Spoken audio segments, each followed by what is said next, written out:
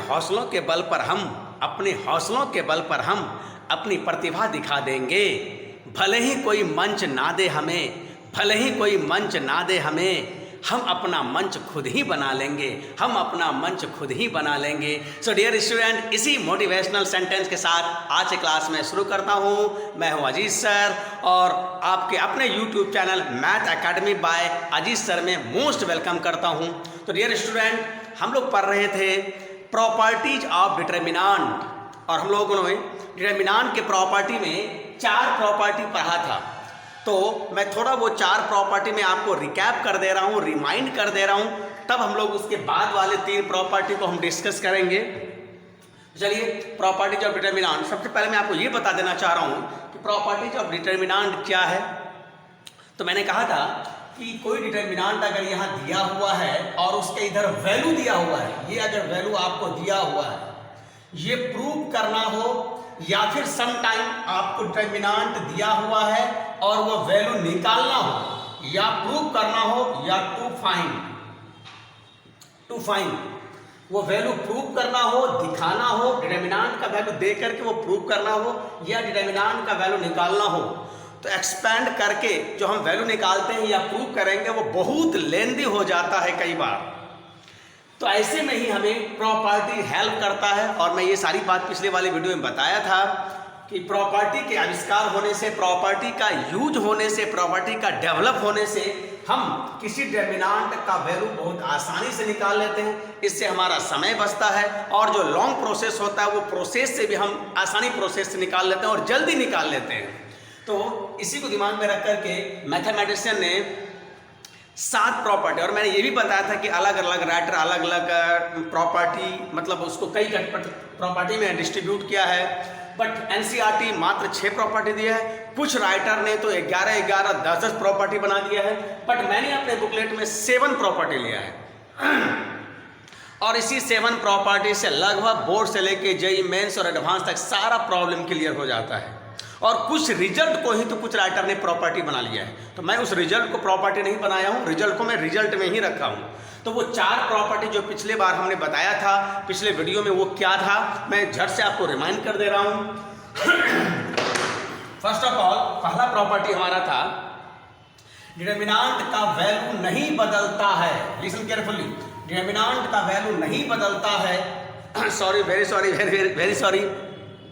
Determinant का value 0 होता है जब कोई एक रो या कोई एक कॉलम का सारा एलिमेंट 0 हो। The value of determinant is 0 if all the element of any one row और एनी वन कॉलम आर 0। मैं ये सब बता दिया था, ज़्यादा डिटेल नहीं करूंगा, मैं बस सिर्फ उसको पढ़ के याद दिला दे रहा हूँ, ठीक है।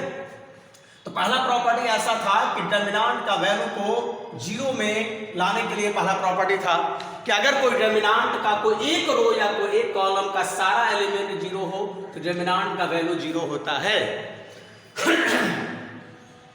दूसरा प्रॉपर्टी क्या था,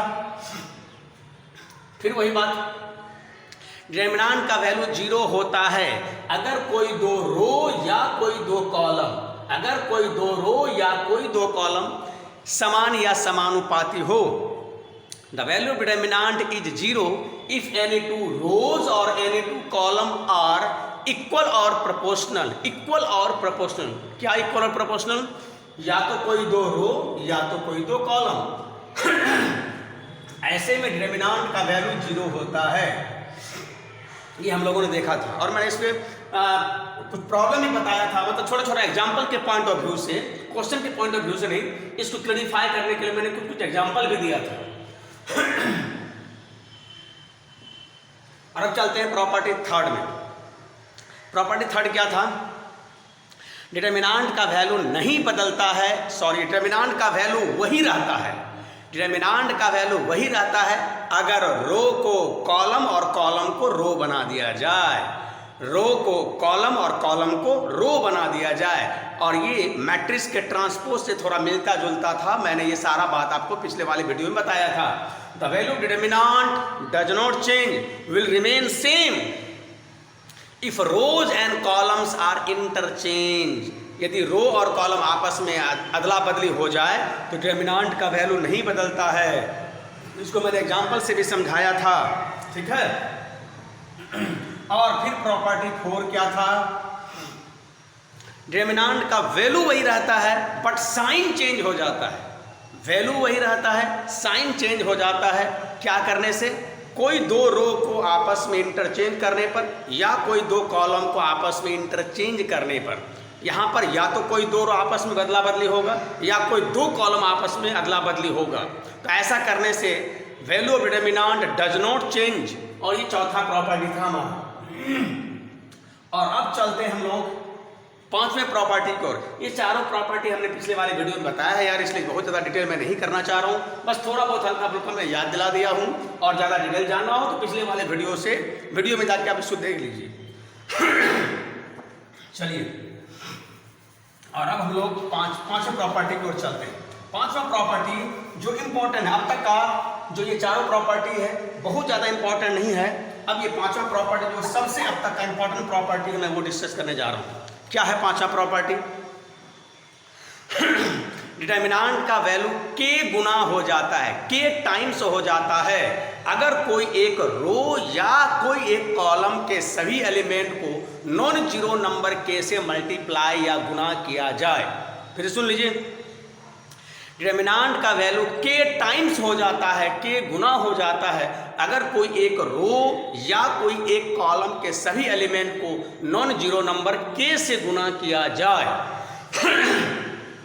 the value of determinant becomes k times, the value of determinant becomes k time if all the element of either any one row or any one column are multiplied by non-zero number k। और इसी बात को मैं example समझा रहा हूँ, ठीक है। चलिए, प्रॉपर्टी 5 क्या है? प्रॉपर्टी 5 भाषा में लिखाऊंगा नहीं, मैं बार बार बोल के आपको समझाने की कोशिश करूंगा। और ये सारा बात हमने अपने वाले बुकलेट बना करके वो सारा पेज वो मटेरियल PDF फाइल बना के अपने वाले बुकलेट को मैंने सारे व्हाट्सएप ग्रुप से जोड़ दिया हूँ, या हर एक वीडियो में मैं उसको डाल दिया हूँ। आप डिस्क्रिप्शन बॉक्स में जा कर के उसको आप वहाँ डाउनलोड कर सकते हैं। तो सुनिए क्या कह रहा है पांचवा प्रॉपर्टी, डिटरमिनेंट का वैल्यू के गुना हो जाता है। क्या करने से के गुना हो जाता है? क्या करने से? तो कोई एक रो या कोई एक कॉलम के सभी एलिमेंट में के से अगर गुना कर दिया जाए तो, लेकिन याद रहे वो के जीरो नहीं होना चाहिए। तो जीरो को छोड़ के कोई भी रियल नंबर हो सकता है। जैसे मैं आपको इसको एग्जांपल समझाने की कोशिश कर रहा हूँ। चलिए, भाषा था, भाषा में लिखूंगा नहीं, लेफ्ट ऐसा करके। और मैंने कहा था हम लोगों को थर्ड ऑर्डर का ही डिटरमिनेंट पढ़ना है। ABC DEF GHI, ये रहा। अब देखिए, अगर मैं कोई एक रो या कोई एक कॉलम के सभी एलिमेंट में मैं के से गुना करूं, जैसे मैं चाह रहा हूं कि सेकंड रो के सारे एलिमेंट में अगर मैं के से गुना कर देता हूं तो देखो ऐसा हो जाएगा, ABC DK EK FK और ये है GHI, और ऐसा हो गया ये देखिए, जिस बात को हमने वर्ड में बोला, शब्दों में बोला, सेंटेंस से बोला, उसी बात को मैथमेटिकली डिटरमिनेंट का वैल्यू के टाइम्स हो जाता है अगर कोई एक रो या कोई एक कॉलम के सभी एलिमेंट में नॉन जीरो नंबर के से गुना किया जाए तो। और इस बात को हम लोग थोड़ा सिंबॉलिकली ऐसा लिखते हैं, चेंज कहाँ हुआ? सेकेंड रो में। तो इस बात को सिंबॉलिकली हम लोग ऐसा लिखते हैं, ऐसा करके और ऐसा। देखिए, तो ये पांचवा प्रॉपर्टी था, बहुत इंपॉर्टेंट प्रॉपर्टी है अब तक का। लेकिन अब देखिए, हाँ एक बात और, मैं अगर इसी में मैं ऐसा कर दूं, फिर मान लो थोड़ी देर के लिए थर्ड रो में अगर मैं m से गुना कर दूं, सेकेंड रो में मैंने k से, और थर्ड कॉलम में सेकेंड रो में k से और थर्ड कॉलम में मैं अगर m से गुना कर दूं, जहां m अगेन कोई नॉन जीरो रियल नंबर होगा, तो ऐसा हो जाएगा। यहां पर मैं m लगा दिया, यहाँ m लगा दिया, या m लगा दिया, तो यहां भी हमें m लगा देना पड़ेगा। और इस बात को फिर ऐसे भी लिख देंगे, C2 में हमने ऐसा कुछ चेंज किया, ऑपरेशन इन C3 में थर्ड कॉलम में क्या MC3 ऐसा हो गया पेपर, देखिए है ना। इस तरह से हम लोग दिखा सकते हैं सिंबॉलिकली, है ना। और आप ये दोनों काम कभी कभी अपने ज़रूरत के अकॉर्डिंग कर सकते हैं। और एक बहुत इंपॉर्टेंट बात है कि हम ये के क्या लें, कहाँ लें, किस में लें, है ना। ये के की जगह हम कौन सा रियल नंबर लें, किस रो में लें, क्योंकि रो तो 3 है, कॉलम तो 3 है, और रियल नंबर 0 को छोड़ कर तो करोड़ों रियल नंबर है, तो इसमें कौन सा रियल नंबर लिया जाए, ये सारा बात आपको क्वेश्चन में आके क्लियर हो जाएगा। पहले आप समझ लीजिए कि हम क्या क्या कर सकते हैं, क्या क्या हमारे पास प्रॉपर्टी है, तो हम किस रो में करेंगे, क्यों करेंगे, और के की जगह में कौन सा रियल नंबर लेंगे, ये प्रॉब्लम में आके और क्लियर हो जाएगा। तो फिलहाल पहले आप सोच लीजिए कि हम कर क्या क्या सकते हैं या प्रॉपर्टी होता क्या क्या है। बट माय डियर, ये समझाने के लिए ठीक है, मैं थोड़ा देर के लिए इसको मैं यहाँ से हटा दे रहा हूँ, मैं सिर्फ के वाला ले रहा हूँ, ठीक है, समझाने के लिए। अब मैं इसको थोड़ा शॉर्ट में इसको कर रहा हूँ, है ना, ज़्यादा ये थोड़ा ये कॉम्प्लिकेटेड हो जाएगा, इसलिए मैं एम को हटा दे रहा हूँ। बट अब इसी बात को हम लोग दूसरे तरीके से ऐसे लिखेंगे, दूसरे तरीके से ऐसे लिखते हैं। देखिए, ये बोलने के तो बोल दिया, लेकिन जब जब हम लोग प्रॉब्लम एक्चुअली बनाते हैं तो प्रॉब्लम में ये काम नहीं करते हैं। प्रॉब्लम में क्या करते हैं, तो देखिए ऐसा करते हैं, इसी को ये के डिटरमिनेंट एक नंबर होता है, एक वैल्यू होता है, ये के एक गुना है, ये भी नंबर 2 नंबर का गुना है, तो हम के को इधर लिख सकते हैं और इधर आएगा तो ये प्रोडक्ट है, मल्टीप्लिकेशन है, गुना है, इधर आकर के डिवाइजर बन जाएगा। सो इसी बात को हम ऐसे लिखेंगे, ऐसा लिखेंगे ए बी सी, और यहां रहा डी के, ई के, एफ के, जी एच आई, ये रहा आई।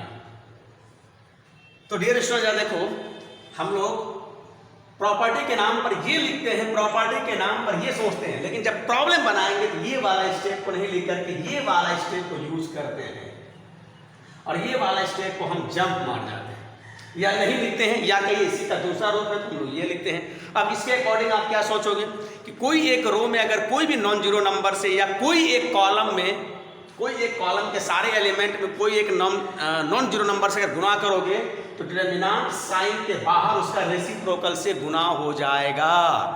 उसी प्रॉपर्टी को एक दूसरे तरीके से हम लोगों ने सोचना शुरू किया, और इसी स्टाइल को, इसी वाले तरीके को हम ज़्यादा यूज करते हैं, या सारे राइटर ने इसी वाले तरीके को यूज किया। फिर से सुन लीजिए क्या तरीका था। कोई एक रो के सारे एलिमेंट में कोई नॉन जीरो नंबर के से अगर गुना करेंगे तो डिटरमिनेंट साइन के बाहर उसके रेसिप्रोकल, उसके व्युत्क्रम से गुना हो जाता है। और इसी तरह से मैं फिर से बोलूं कि अगर मैं यहाँ m से अगर गुना करता हूं तो बाहर यहाँ m से डिवाइड हो जाएगा, m, तो यहाँ ऐसा हो जाएगा। और इस बात को सिंबॉलिकली वही उसी तरह से लिख देंगे हम लोग यहाँ ऑपरेशन इन R2। क्या ऑपरेशन किया, ऑपरेशन का मतलब कुछ चेंज, है ना। R2 में क्या हमने ऑपरेशन किया, K से मल्टीप्लाई करके, और C3 में हमने क्या चेंज किया, M से मल्टीप्लाई करके। तो ध्यान दीजिएगा स्टूडेंट, ये बहुत इंपॉर्टेंट बात है। सारे राइटर इसी तरह से लिखते हैं, लेकिन प्रॉब्लम बनाते समय इस टेक्निक का या उसके दूसरे रूप का यूज ज्यादा करते हैं, और हम लोग भी करेंगे, ठीक है। तो कोई एक रो में नॉन जीरो से गुना करने पर बाहर उसके रेसिप्रोकल से गुना होगा, और कोई एक कॉलम के सारे एलिमेंट में गुना करेंगे तो बाहर उसके रेसिप्रोकल से गुना होगा। याद रखिए, हम दोनों काम कभी कभी एक साथ करते हैं, कभी किसी रो में करते हैं, कभी किसी कॉलम में करते हैं। ये सारा हमारा प्रॉब्लम पर डिपेंड करेगा। बट डियर स्टूडेंट, मजे की बात एक और है, इस प्रॉपर्टी का एक कन्वर्स भी होता है, उल्टा भी होता है, और उल्टा तो इससे कहीं ज़्यादा ही यूज करते हैं। तो चलिए मैं आपको इसका कन्वर्स, मैं इसका विलोम बताता हूँ। हिंदी में इसे विलोम बोलते हैं, अंग्रेजी में कन्वर्स बोलते हैं। तो कन्वर्स क्या बोलता है, कन्वर्स देखिए, कन्वर्स बोलता है कि अगर डिटरमिनेंट के कोई एक रो या कोई एक कॉलम के सभी एलिमेंट में कुछ कॉमन फैक्टर है तो हम उस कॉमन फैक्टर को डिटरमिनेंट साइन के बाहर ला सकते हैं, या एकदम शॉर्ट में कहिए कि हम कॉमन ले सकते हैं।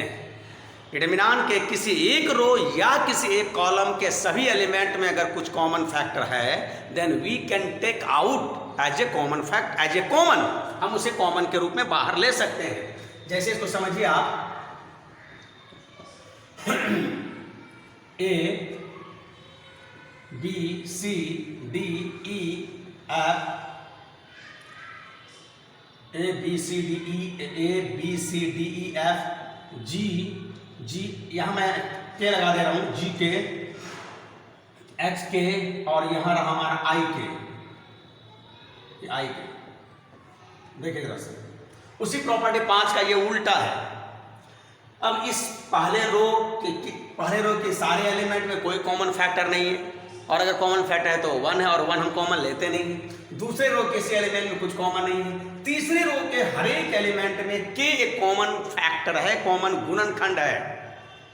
तो according to converse of this property we can take out, हम इसे कॉमन ले सकते हैं, और तब ऐसा लिखेंगे, देखिए यहां से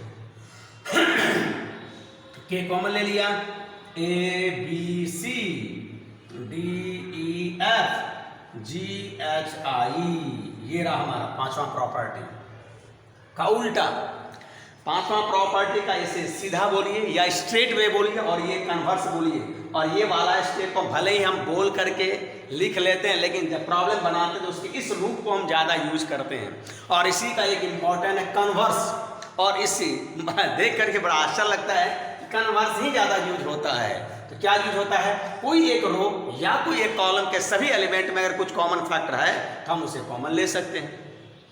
और एट द सेम टाइम अगर यहाँ पर ऐसा रहा, मान लो थोड़ी देर के लिए यहाँ पर L रहा, तो अगेन हम L कॉमन ले सकते हैं। और लास्ट में लिख देते हैं, बगल में लिख देते हैं टेकिंग कॉमन, जो पहले से हम लोग लिखते हैं taking common L from R2 K from R3, ऐसा करके हम लोग भाषा में लिख देते हैं बगल में, टेकिंग कॉमन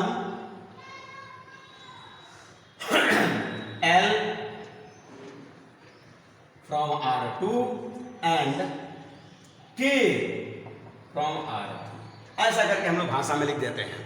तो ध्यान दीजिएगा, प्रॉपर्टी 5 अब तक का सबसे इंपॉर्टेंट प्रॉपर्टी था, जो एक स्ट्रेट वे में भी होता है और एक कन्वर्स वे में भी होता है। अब तक पांचों प्रॉपर्टी में सबसे इंपॉर्टेंट प्रॉपर्टी था, ठीक है। और अब इन सबों से इंपॉर्टेंट, जो सबसे सुपर इंपॉर्टेंट है, उसको मैं डिस्कस करने जा रहा हूं, प्रॉपर्टी नंबर 6, ठीक है। प्रॉपर्टी नंबर 6 देखिए, प्रॉपर्टी नंबर 5 हो गया हम लोगों का, और ये सब हम लोग प्रॉब्लम में यूज करेंगे तो ये और भी क्लियर हो जाएगा, ठीक है। प्रॉपर्टी नंबर 6 देखिए, प्रॉपर्टी नंबर 5 और 6 में थोड़ा सा अंतर है। 5 में क्या बोला, कोई एक रो के सारे, इस स्टेप को मैं छोड़ दे रहा हूं, अब ये वाला तरीका को हम लोग यूज करेंगे। कोई एक रो के सारे एलिमेंट में या कोई एक कॉलम के सारे एलिमेंट में नॉन जीरो से गुना किया जाए, नॉन जीरो नंबर से गुना किया जाए, तो डिटर्मिनेंट के बाहर उसका रेसिप्रोकल से गुना हो जाता है, ठीक है। अब इसी में छठा प्रॉपर्टी थोड़ा सा क्या होगा, जो सबसे अब तक का इंपॉर्टेंट है, सबसे ज़्यादा यूज में होने वाला है। और एक बात बताऊं कि अगर किसी प्रॉब्लम में आपने किसी प्रॉब्लम को सॉल्व करने में या प्रूव करने में या उसका वैल्यू निकालने, डिटर्मिनेंट का वैल्यू निकालने में या उसको प्रूव करने में आपने उस प्रॉब्लम में अगर 6 बार प्रॉपर्टी यूज किया है, तो 3 बार या 4 बार आपका छठा ही प्रॉपर्टी यूज होगा। 6th प्रॉपर्टी इतना इंपॉर्टेंट है, और ये प्रॉब्लम में जा करके आपको बिलीव में करा दूंगा, ठीक है। तो चलिए पहले प्रॉपर्टी 6 देखते हैं, क्या है ये प्रॉपर्टी 6। प्रॉपर्टी 6 बोलता है कि डिटर्मिनेंट का वैल्यू नहीं बदलता है, एकदम प्रॉपर्टी 3 की तरह। प्रॉपर्टी 6 बोलते हैं डिटर्मिनेंट का वैल्यू नहीं बदलता है अगर कोई एक रो के सारे एलिमेंट में नॉन जीरो से गुना करके उसे दूसरे रो के करस्पॉन्डिंग एलिमेंट में ऐड या सब्ट्रैक्ट किया जाए। और यही बात हम कॉलम वाइज भी बोल सकते हैं। फिर से देख लीजिए, डिटर्मिनेंट का वैल्यू नहीं बदलता है अगर कोई एक रो के सभी एलिमेंट में नॉन जीरो नंबर से गुना करके उसे दूसरे रो के करस्पॉन्डिंग एलिमेंट में जोड़ा या घटाया जाए। या फिर डिटर्मिनेंट का वैल्यू नहीं बदलता है अगर कोई एक कॉलम के सारे एलिमेंट में नॉन जीरो नंबर से मल्टीप्लाई करके उसे दूसरे गुना करके, याद रखिए गुना करके उसे दूसरे रो या दूसरे कॉलम के करस्पॉन्डिंग एलिमेंट के साथ जोड़ा या घटाया जाए। The value of determinant does not change, will remain same if all the element of any one row multiplied by non-zero number k and then added or subtracted from to corresponding element of another rows or another column। Determinant का value नहीं बदलता है अगर कोई एक रो के सारे element में नॉन जीरो से गुना करके उसे दूसरे रो के करस्पॉन्डिंग एलिमेंट में जोड़ा या घटाया जाए। चलिए इसको मैथमेटिकली मैं दिखाता हूं, ठीक है। चलिए मान लो मैंने ऐसा ही ले लिया भाई, देखिए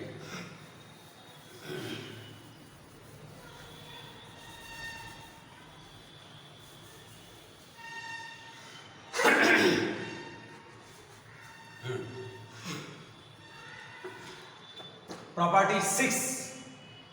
चलिए और अब देखिए तो यहां से ऐसा कर रहा हूं, कोई एक रो मान लो पहले रो में हम k से गुना कर दिया, k से गुना करके उसे दूसरे रो में हम जोड़ने जा रहे हैं।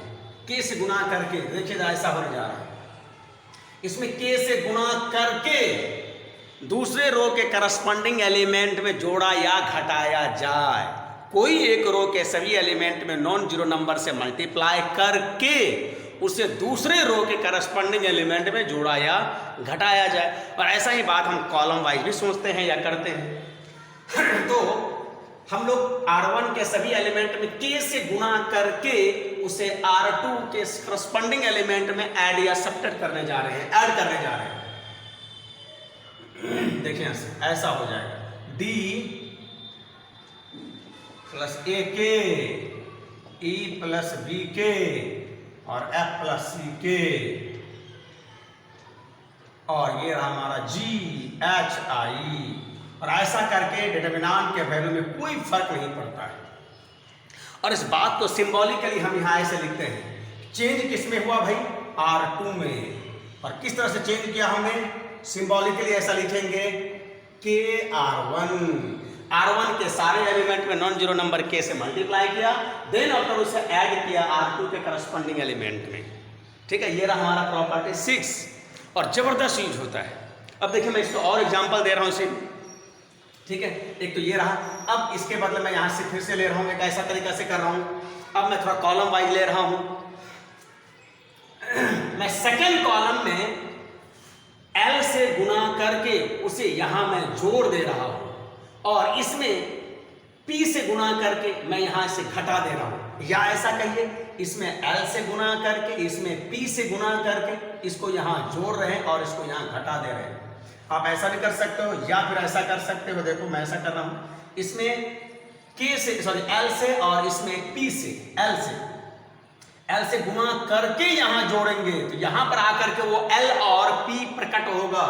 तो इसको ऐसा ही रख देंगे A D G B E H। हाँ, अब देखिए यहाँ से क्या मैं करने जा रहा हूँ, इसमें L से गुना करके तो हो जाएगा AL F प्लस DL और यहाँ है I प्लस GL। तो फर्स्ट कॉलम C1 के सारे एलिमेंट में L से गुना करके हम उसे थर्ड कॉलम के करस्पॉन्डिंग एलिमेंट में ऐड किया है। और इसमें ध्यान दीजिएगा, इसमें M से गुना करके या P से गुना करके इसे हम घटाने जा रहे हैं। तो इसमें L से गुना करके C3 में जोड़ने जा रहे हैं और C2 में P से गुना करके C3 में घटाने जा रहे हैं। ऐसा करें BP EP और HP ऐसा करके। और C3 में देखिए इस बात को सिंबॉलिकली कैसे लिखेंगे, ऐसे लिखेंगे। C3 में क्या क्या हमने किया? C3 में चूंकि चेंज C3 में हुआ है, चूंकि चेंज यहाँ R2 में हुआ है, इसलिए लिखने का तरीका भी देख लीजिए। R2 में चेंज हुआ किसके द्वारा? R1 द्वारा। यहाँ C3 में चेंज हुआ है किसके द्वारा? C1 और C2 द्वारा। तो ऐसे लिखेंगे हम लोग। अब मैं इसको मिटा दे रहा हूँ, इसकी जरूरत खत्म हो गया। ऐसे करके देखिए यहाँ मैं L से गुना किया C1 में और आके ऐड किया और फिर इसमें P से मल्टीप्लाई किया और किसमें? C2 में। C1 में हमने L से गुना करके C3 में ऐड किया और C2 में P से मल्टीप्लाई करके हमने सब्ट्रैक्ट किया। और ये सब रहा हमारा प्रॉपर्टी 6। और ऐसा करके डिटरमिनेंट का वैल्यू में कोई हेर फेर नहीं होगा। तो हम ऐसा कर सकते हैं, ऐसा कर सकते हैं। फिर मैं एक और दिखाता हूँ, इसी में देखिए, चाहे तो हम ऐसा कर सकते हैं, फिर से चाहे तो हम ये तो किया ही, फिर हम चाहे तो ऐसा भी कर सकते हैं भाई। देखिए इसमें 1 से गुना करके, इसमें 1 से गुना करके यहाँ हम जोड़ सकते हैं। क्योंकि यहाँ पर मैंने बोला कि के और पी की जगह क्या होगा, 0 को छोड़ के हम कुछ भी ले सकते हैं। देखिए या फिर हम C2 का ऑपरेशन करते हैं। अब की बार में C2 का किसके द्वारा, C1 द्वारा और C3 द्वारा। देखिए यहाँ से यहाँ बस ये खत्म। अब ये जो आया फिर यहीं से आया है। हम क्या क्या इसमें कर सकते हैं या प्रॉपर्टी 6 कैसे कैसे लगाते हैं वो मैं दिखा रहा हूँ। यहाँ से यहाँ ये नहीं आया है, यहाँ से ये आया, यहीं से ये आया और फिर मैं यहीं से ये लाना चाह रहा हूँ। और यही काम आप यहाँ से भी कर सकते हो, तब दूसरा आएगा, ऐसा नहीं आएगा। ठीक है, और प्रॉब्लम जाके और भी क्लियर हो जाएगा। चलिए ए मैं ऑपरेशन पहले ही माइंड में सेट कर ले, मैं ऑपरेशन C2 का करना चाह रहा हूँ। C2 तो C1 और C3 सेम रहेगा, ADG। हाँ देखिए इसमें 1 से मल्टीप्लाई करके यहाँ मैं ऐड कर रहा हूँ और इसमें 1 से मल्टीप्लाई करके यहाँ ऐड कर रहा हूँ, तो हो जाएगा ऐसा BA + C ED + F और फिर H G + I और ये रहा CFI। गौर से देखिए हमने क्या किया, इसमें बदलाव कहाँ हुआ, C2 में। ये दोनों को भूल जाइए, C2 में बदलाव हुआ। C2 कैसा बदलाव किया, तो इसमें हमने 1 से मल्टीप्लाई करके यहाँ ऐड किया और इसमें भी 1 से मल्टीप्लाई करके यहाँ ऐड किया। ऐसा बहुत सारे प्रॉब्लम में करेंगे, इसलिए मैं इसको आपको दिखाया है ना। कभी कभी हम K L M N के जगह में 1 भी लेते हैं और 1 को लिखते नहीं है, और इस बात को सिंबॉलिकली हम ऐसा लिखेंगे। देखो 1 लिख के कोई फायदा है नहीं,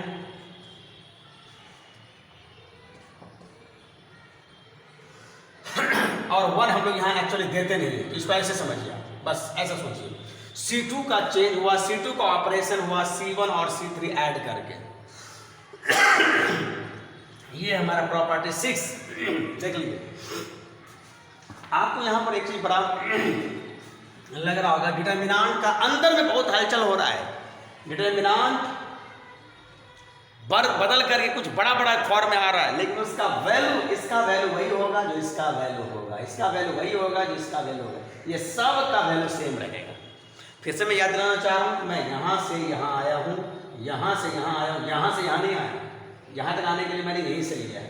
तो इस तरह से मैंने एक ही में प्रॉपर्टी 6 को कैसे कैसे क्या क्या सोच के अप्लाई करते हैं वो मैंने आपको बताया।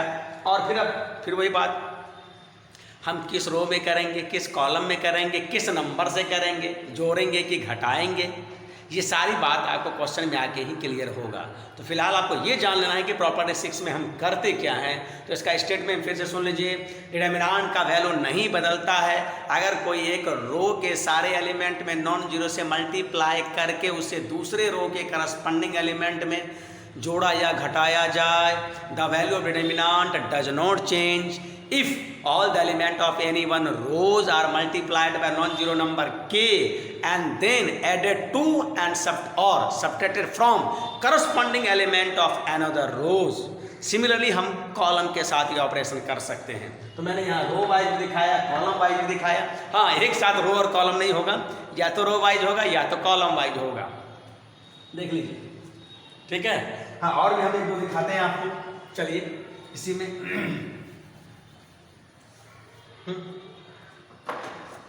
अच्छा, लगा हमें, ये प्रॉब्लम से पता चलेगा कि लगा हमें कि हम क्या करेंगे, इसमें 1 से मल्टीप्लाई करके यहाँ जोड़ देंगे और इसमें 1 से मल्टीप्लाई करके यहाँ घटा देंगे।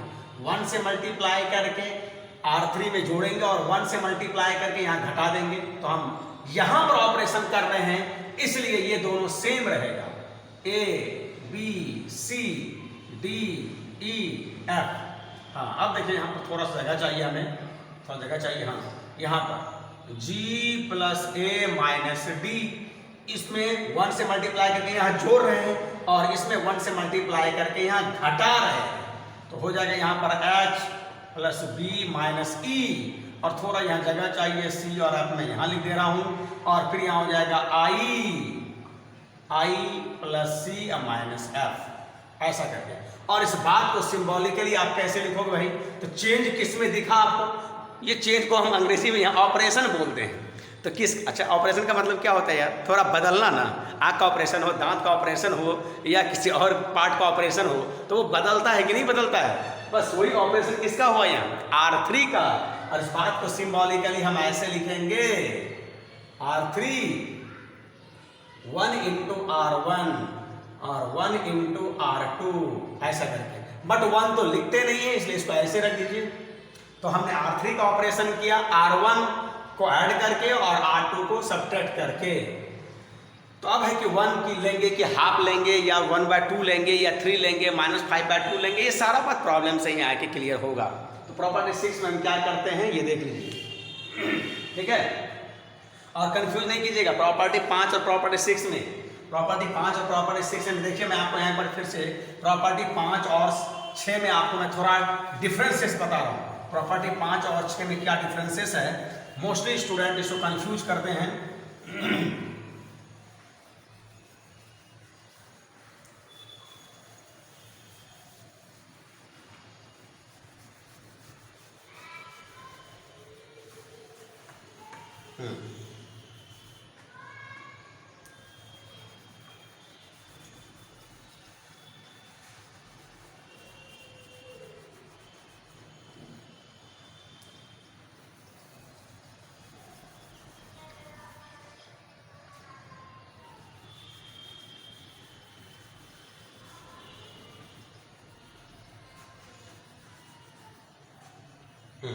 देखिए यहां से प्रॉपर्टी 5 और प्रॉपर्टी 6 में थोड़ा आपको मैं अंतर बता रहा हूं। अगर मैं इसमें मान लीजिए थोड़ी देर के लिए मैं इसमें k से गुणा करता हूं, प्रॉपर्टी 5 के अकॉर्डिंग अगर मैं इसमें k से गुणा करूंगा अकॉर्डिंग टू प्रॉपर्टी 5 k से अगर गुणा करूंगा तो बाहर 1/k से मल्टीप्लाई हो जाएगा, ऐसा हो जाएगा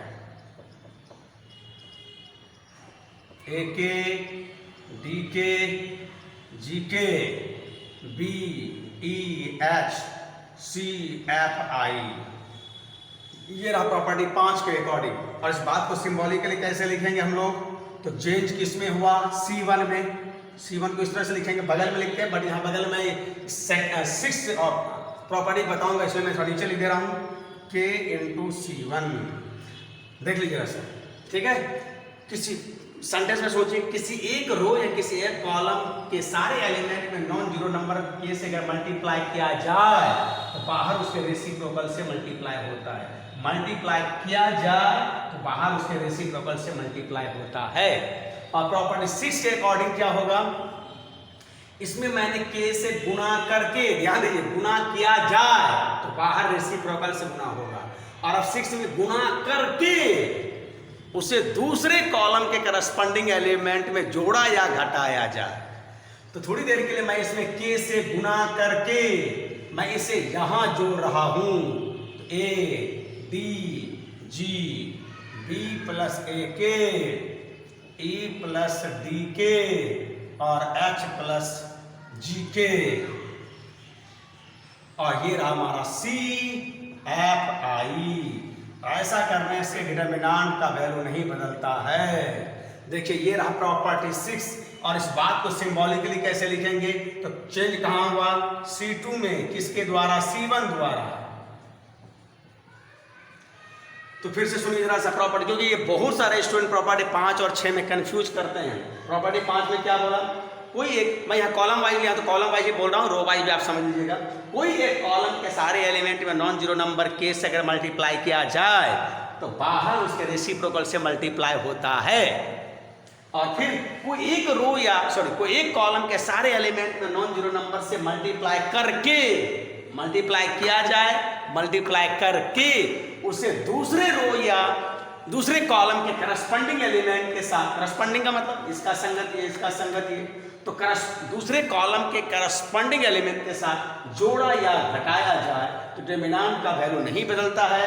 यहाँ पर भी बाहर रेसिप्रोकल से मल्टीप्लाई होने पर डिटरमिनेंट का वैल्यू नहीं बदलता है। तो ये एक डिफरेंसेस है प्रॉपर्टी 5 और प्रॉपर्टी 6 में, देख लीजिए, ठीक है।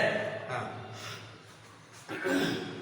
चलिए, और अब मैं प्रॉपर्टी 7 बता रहा हूँ आपको।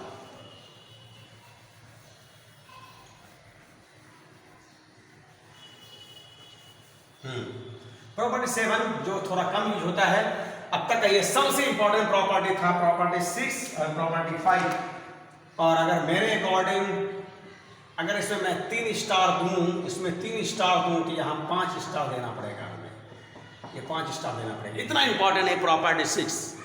ठीक है, और अब मैं प्रॉपर्टी 7 की ओर चलता हूँ। प्रॉपर्टी 7 क्या बोलता है कि अगर डिटरमिनेंट का कोई एक रो या कोई एक कॉलम का सभी एलिमेंट 2 या 2 से अधिक नंबर के सम या डिफरेंस से बना है, कोई एक रो या कोई एक कॉलम का सभी एलिमेंट, कोई एक रो या कोई एक कॉलम का सभी एलिमेंट 2 या 2 से अधिक नंबर के सम या डिफरेंस से बना हो, तो उसे 2 या 2 से अधिक डिटरमिनेंट के फॉर्म में एक्सप्रेस किया जा सकता है, व्यक्त किया जा सकता है।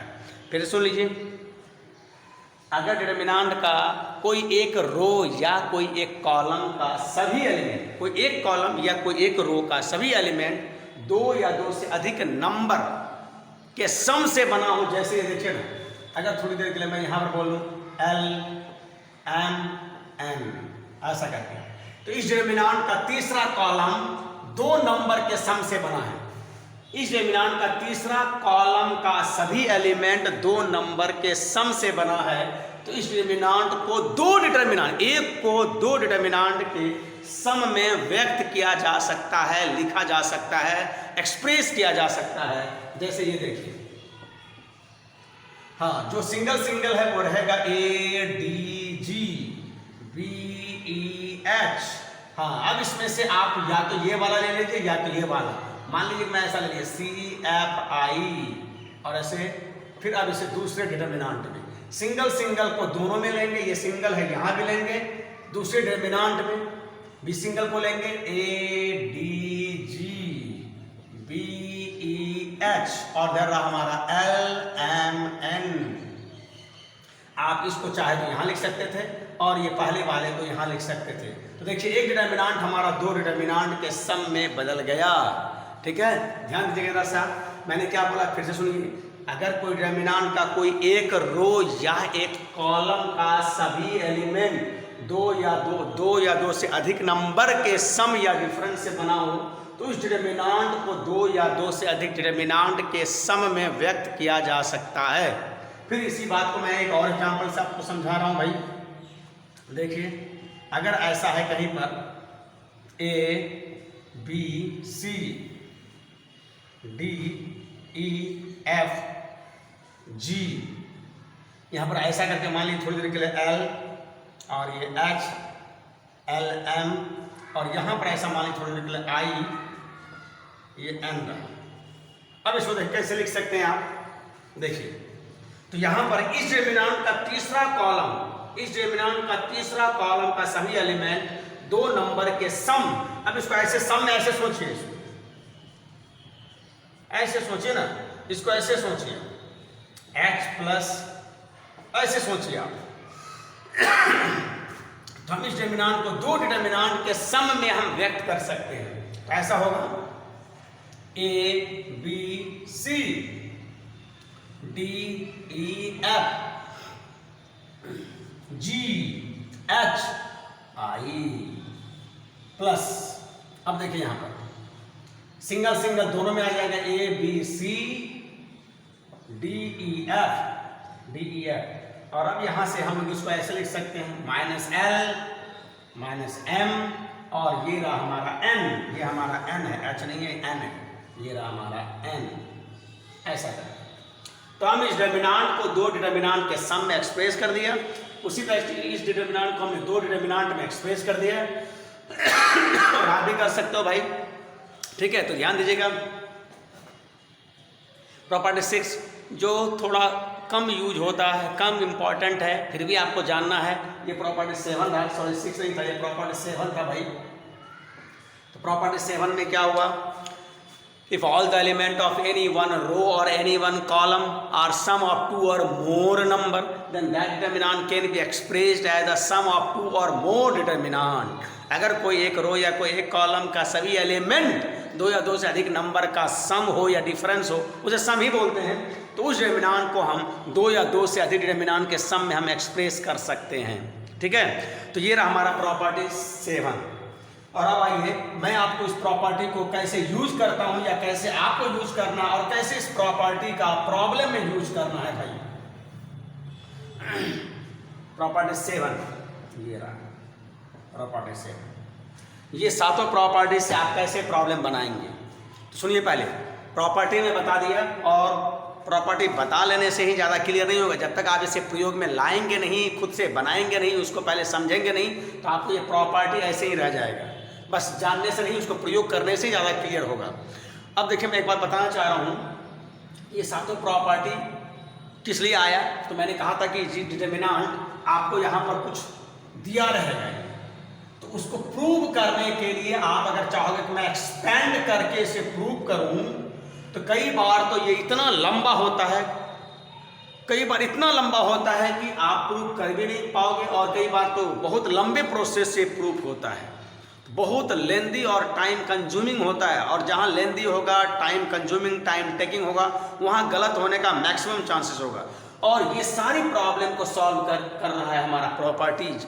तो प्रॉपर्टी के इन्वेंशन होने से, प्रॉपर्टी का डेवलपमेंट होने से, हम जिस प्रॉब्लम को एक्सपैंड करके बहुत लंबे चौड़े प्रोसेस, बहुत ज़्यादा समय बनाते थे, वो शॉर्ट प्रोसेस से बनाते हैं, कम समय बनाते हैं, और जहाँ कम समय लगेगा, शॉर्ट बनेगा, वो सही होने के ज़्यादा चांसेस होता है। ये प्रॉपर्टी का आविष्कार या प्रॉपर्टी का डेवलपमेंट के पीछे की कहानी था। अब ये है कि प्रॉपर्टी कैसे लगाते हैं, तो देखिएगा सर, आपको प्रॉब्लम में सीधा लिखा रहेगा प्रॉपर्टी का यूज करके डिटरमिनेंट को प्रूव करिए। तो आपका क्या होगा, मैं सारा बात अपने फॉर्मूला वाले बुकलेट में लिख दिया हूँ, या सब राइटर ने लिखा है। आप क्या कीजिए, चाहे प्रॉपर्टी को प्रूव करना हो या डिटरमिनेंट को प्रूव करना हो या डिटरमिनेंट का वैल्यू निकालना हो, आप ये सोचिए कि किसी एक रो या किसी एक कॉलम में कम से कम 2 जीरो कैसे लाया जाए।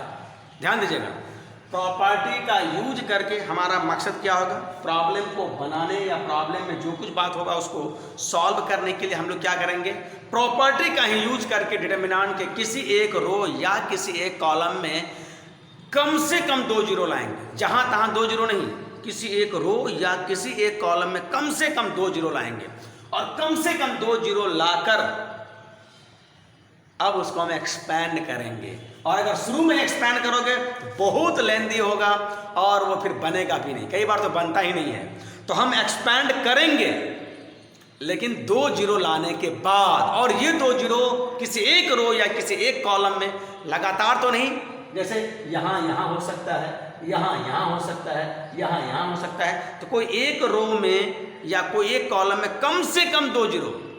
तो try to get at least 2 zero with the help of property, और तब फिर expand that determinant along that row और that column which has at least 2 zero. आप डिटरमिनेंट को एक्सपैंड करिएगा तब जब आप डिटरमिनेंट के किसी एक रो या किसी एक कॉलम में कम से कम 2 जीरो लाइएगा, और उसी रो या उसी कॉलम के अलोंग एक्सपैंड करना है। तो डियर स्टूडेंट, एक्सपैंड करना है, but after getting 2 zero, then how to get 2 zero, तो with the help of this property. तो जरा ये सोचिए कि हमें किसी एक रो या किसी एक कॉलम में कम से कम 2 जीरो कैसे लाना है। ठीक है, चलिए ये और सारी बातें क्लियर होगा प्रॉब्लम से, ऐसे बोलने से ज़्यादा क्लियर नहीं होगा। कुछ ऐसा है कि पहले सुनना पड़ेगा और उसके जस्टिफिकेशन के लिए और उसको और क्लियर होने के लिए आपको प्रॉब्लम में जाना ही पड़ेगा। तो चलिए हम लोग प्रॉब्लम शुरू करते हैं। ठीक है, सारा हमने एनसीईआरटी का प्रॉब्लम लिया है, बट हमने अपने कुछ अदर राइटर के बुक से प्रॉब्लम लिया है और सारा पूछा हुआ प्रॉब्लम हमने लिया है। ठीक है, और इस पर डिटरमिनेंट पर हम लोग कौन सा एक्सरसाइज कर रहे थे, D1, और D1 खत्म हो गया था। आज मैं शुरू कर रहा हूँ D2। चलिए D2 मैं शुरू कर रहा हूँ आज।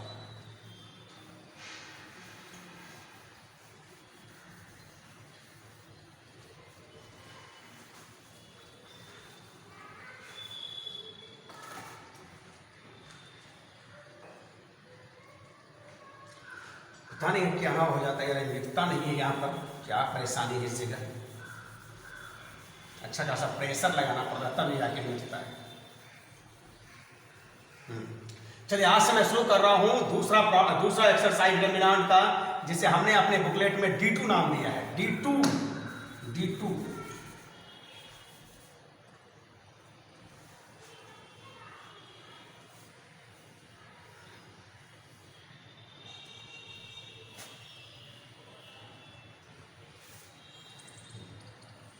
देखिए अब आप प्रॉपर्टी को बेटर वे में समझेंगे। ठीक है, पहला है यहाँ लिखा हुआ है using the property of determinant and without expanding. अब तो यहाँ एक्सपेंड भी नहीं करना है, सिर्फ प्रॉपर्टी का यूज करना है। Using the property of determinant and without expanding prove the following.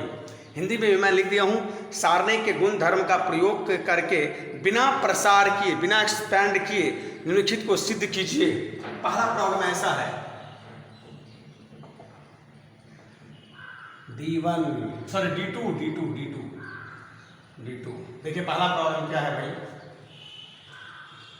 हाँ, पहला प्रॉब्लम ऐसा है 1 ओमेगा ओमेगा स्क्वायर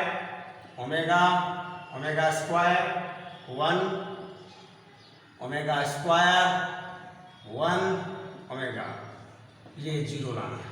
देखिए पहला प्रूव करना है। ठीक है, और अभी अभी जैसा कि मैंने कहा कि सभी प्रॉपर्टी में 6 प्रॉपर्टी सबसे ज्यादा इंपॉर्टेंट है। अब बताइए, ये थर्ड ऑर्डर का डिटर्मिनेंट है और एक थर्ड ऑर्डर डिटर्मिनेंट को हम कितने तरीके से एक्सपेंड कर सकते हैं? 6 तरीका से। 3 रो के चलते 3 तरीका, 3 कॉलम के चलते 3 तरीका। अब इसको एक्सपेंड करके जीरो तो ला सकते हैं, लेकिन यहाँ स्ट्रिक्टली लिखा हुआ है using property and without expanding. एकदम क्लियर लिख दिया है कि प्रॉपर्टी का यूज कीजिए और एक्सपेंड मत कीजिए और तब जीरो लाइए आप। तो देखिए कैसे हम प्रॉपर्टी का यूज करते हैं और कैसे बिना एक्सपेंड के कैसे जीरो लाते हैं। ठीक है, चलिए एलएचएस से स्टार्ट करते हैं। ठीक है, proof LHS 1 omega omega square 1 omega. ये सबको पता है यार कि ये ओमेगा क्या होता है? क्यूब रूट ऑफ यूनिटी, इकाई के घनमूल। और इकाई के घनमूल 1 टू द पावर 1/3 के 3 वैल्यू होते हैं, 1 दूसरा ओमेगा स्क्वायर। इकाई के घनमूल, ये हम लोगों ने 11 क्लास से कॉम्प्लेक्स नंबर में पढ़ा था। इकाई का घनमूल अंग्रेजी में क्यूब रूट ऑफ यूनिटी बोलते हैं। 1 का क्यूब रूट, 1 का घनमूल 3 मूल होता है, 1 ओमेगा स्क्वायर। और ओमेगा क्या होता है मैं उतना डिटेल और डीपली या उसके अंदर नहीं जाना चाह रहा हूँ। ये 3 होता है, जिन लोगों ने पढ़ा है ठीक है, नहीं पढ़ा है तो कोई बात नहीं, मैं आपको थोड़ा शॉर्ट में एक बार बता देना चाह रहा हूँ। इस तीनों में जबरदस्त प्रॉपर्टी था। क्या प्रॉपर्टी था? ये तीनों रूट्स का सम हमेशा 0 होता है। ये तीनों रूट्स का सम, इकाई के घनमूल के 3 मूल होते हैं और तीनों मूलों का sum of all the cube root of unity is 0। और दूसरा प्रॉपर्टी था कि तीनों मूलों का प्रोडक्ट 1 इंटू ओमेगा स्क्वायर, ये 1 होता है। और इसी को आप इसको थोड़ा शॉर्ट में लिख सकते हैं, omega cube is equal to 1। तो ये 2 प्रॉपर्टी बहुत इंपॉर्टेंट है। Sum of the roots and product of the roots, sum of the roots product of the roots. और प्रोडक्ट को इस तरह से थोड़ा शॉर्ट में लिख करके 1 इंटू ओमेगा स्क्वायर को ओमेगा क्यू लिख करके 1 को कर सकते हैं। तो ये 2 प्रॉपर्टी का जबरदस्त यूज होता है और देखिए हम लोग इसी का यूज करेंगे अभी। एकदम क्लियर है भाई। यहाँ से देखिए, इसमें मैं 1 से मल्टीप्लाई करके, इसमें 1 से जो अभी मैं प्रॉपर्टी 6 बताया, जो सबसे सुपर इंपॉर्टेंट प्रॉपर्टी, इसमें मैं C2 के एवरी एलिमेंट में 1 से मल्टीप्लाई करके, C3 के एवरी एलिमेंट में 1 से मल्टीप्लाई करके, यहाँ मैं अगर ले आऊँ उसे कर दूँ, देखिए जरा सा इस बात को या तो यहाँ लिख दीजिए या बगल में लिख दीजिए। चलिए ऐसा करके 1, मैं क्या करने जा रहा हूँ, ध्यान दीजिएगा, एक्सपैंड नहीं करना है और 0 लाना है। तब सोचिए 0 लाना है तो 0 लाने के लिए 2 ही प्रॉपर्टी है। 0 लाने के 2 प्रॉपर्टी है। पहला प्रॉपर्टी क्या है? कोई एक रो या कोई एक कॉलम के सभी एलिमेंट अगर 0 हो जाए तो डिटर्मिनेंट का वैल्यू 0 होता है। तो हम कुछ ऐसा ही सोचेंगे कि प्रॉपर्टी का, रिस्ट प्रॉपर्टी का यूज करके किसी एक रो या किसी एक कॉलम के सारे एलिमेंट में 0 लाया जाए। और अगर 0 लाते हैं तो प्रॉपर्टी 1 के बाद, प्रॉपर्टी 1 के हेल्प से वो 0 हो जाएगा। और प्रॉपर्टी 2 क्या बोला था, ये भी 0 लाने में मदद करता है। कोई 2 रो या कोई 2 कॉलम आइडेंटिकल या प्रोपोर्शनल हो, समान या समानुपाती हो, तो भी वो 0 हो। ये प्रॉपर्टी यहाँ यूज नहीं होगा, ये वाला प्रॉपर्टी। लेकिन इस प्रॉपर्टी का यूज करने के पहले उसके लायक बनाना पड़ेगा अदर प्रॉपर्टी के हेल्प से। तो प्रॉपर्टी 6 के हेल्प से मैं यहां तक आता हूं और फिर यहां से मैं इसको 0 लिख दूंगा। ये स्टूडेंट तो ऐसे सोचना है। तो प्रॉपर्टी 6 का हेल्प कैसे ले रहा हूं? C2 के एवरी एलिमेंट में 1 से मल्टीप्लाई करके मैं यहां जोड़ने जा रहा हूं। इसमें 1 से मल्टीप्लाई कर, इसमें 1 से मल्टीप्लाई कर, यहां जोड़ने जा रहा हूं। देख लो भाई, इसमें 1 से मल्टीप्लाई करके, इसमें 1 से मल्टीप्लाई करके, C2 और C3 में 1 से मल्टीप्लाई करके C1 में मैं ऐड करने जा रहा हूं, और C2 जैसा है वैसा ही रह जाएगा। ऐसा, और देखिए बगल में यही प्रॉपर्टी है, लिखिए, हाँ बगल में ये जरूर लिख दीजिएगा आपने क्या किया, ये मत लिखिए कौन सा प्रॉपर्टी यूज किया है, क्योंकि जो प्रॉपर्टी 6 मैं लिखा हूं, हर राइटर अपने अपने सीक्वेंस के अनुसार सजाया है। मेरे अनुसार अगर 6 है तो किसी के अनुसार वो 5 हो सकता है, 4 हो सकता है या 7 हो सकता है। तो आप प्रॉपर्टी 6 मत लिखिए, बस इतना जरूर लिख सकते हैं बाय प्रॉपर्टी, और ये लिख दीजिए कि आपने इस प्रॉपर्टी में क्या किया, तो C1 का ऑपरेशन किया, कैसे, C2 में 1 से मल्टीप्लाई करके, और C3 में 1 से मल्टीप्लाई करके, और 1 से मल्टीप्लाई करके हम लोग दिखाते नहीं है, बस ऐसे लिख दीजिए। और अब देखिए, अब बताइए ये क्या है, यहां से क्यूब रूट ऑफ यूनिटी के हेल्प से ये 0 हो गया, और ये भी वही है, थोड़ा ऑर्डर बदल गया है, जो सेकंड में था वो फर्स्ट में आ गया है, जो फर्स्ट में था वो लास्ट में आ गया है, बट कोई बात नहीं, प्लस में हम इधर उधर लिख सकते हैं। सिमिलरली ये भी हमारा वही है, ये रहा omega, omega square 1, omega square 1 और ओमेगा, देख लो भाई, है ना। बगल में ये बात हम लिख देंगे, since 1 plus omega square is equal to 0। और अब हम प्रॉपर्टी 1 का हेल्प लेंगे। प्रॉपर्टी 1 का हेल्प लेने के लिए प्रॉपर्टी 6 का पहले हेल्प लिया, 6 के हेल्प से हमने 1 तक लाया, प्रॉपर्टी 1 तक लाया, और अब प्रॉपर्टी 1 के अकॉर्डिंग इस डिटरमिनेंट का फर्स्ट कॉलम का एवरी एलिमेंट 0 है, देयरफॉर इस डिटरमिनेंट का वैल्यू क्या होगा, 0, है ना, बाय प्रॉपर्टी, है ना, RHS हो गया, और लास्ट में लिख दीजिएगा प्रूव्ड, ये प्रूफ लिख सकते हैं आप, प्रूव्ड। तो इस तरह से हम प्रॉपर्टी 6 का यूज करते हैं, ठीक है। और मैं अगले दिन ये सारी बातों को और क्लियर करूंगा प्रॉब्लम में बना बना करके, और अगले दिन एकदम मस्त मस्त प्रॉब्लम होगा, एकदम गर्दा वाला सा प्रॉब्लम होगा। तो अगले वीडियो को लिए तो आप वेट कीजिए। और यार स्टूडेंट थोड़ा शिकायत है यार, आप वीडियो को देखते नहीं हो, और अगर खराब लगे तो यार कुछ तो कमेंट कर दो, क्या परेशानी है, क्या प्रॉब्लम है, कमेंट जरूर करो यार।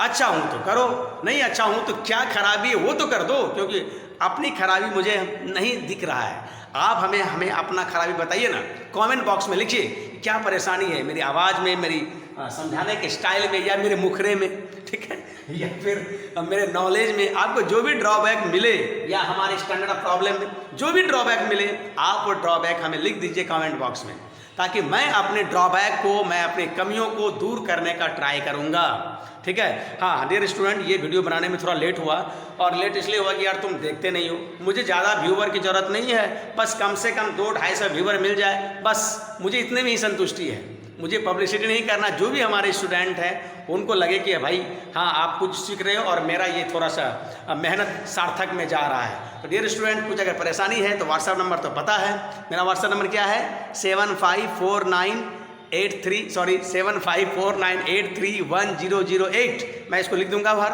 ठीक है। और अगर अच्छा लगे तो ज़रूर शेयर करो, कमेंट करो, और सब्सक्राइब तो कर ही लेना यार, और थोड़ा अपने फ्रेंड को भी शेयर कर दीजिए, ठीक है। और नेक्स्ट वीडियो मैं बहुत जल्दी लेकर आ रहा हूँ। ये वीडियो में थोड़ा लेट इसलिए हुआ कि मैं देख रहा हूँ कि यार लोग ज़्यादा इसको नहीं देख रहे हैं, ज़्यादा व्यू नहीं बना रहे हैं, और बड़ा लाइटली देख रहे हैं। अभी भी 1 महीना है लॉकडाउन को अनलॉक होने में यार, तो इस 1 महीने में हम लोग, आज 1 जून है, और फिर अभी समय है 1 जुलाई तक आने में, तब तक के लिए हम लोग इसी ऑनलाइन से पढ़ते रहेंगे, और कुछ न कुछ हम लोग सीखते रहेंगे, ठीक है स्टूडेंट। ओके, तब तक के लिए बाय।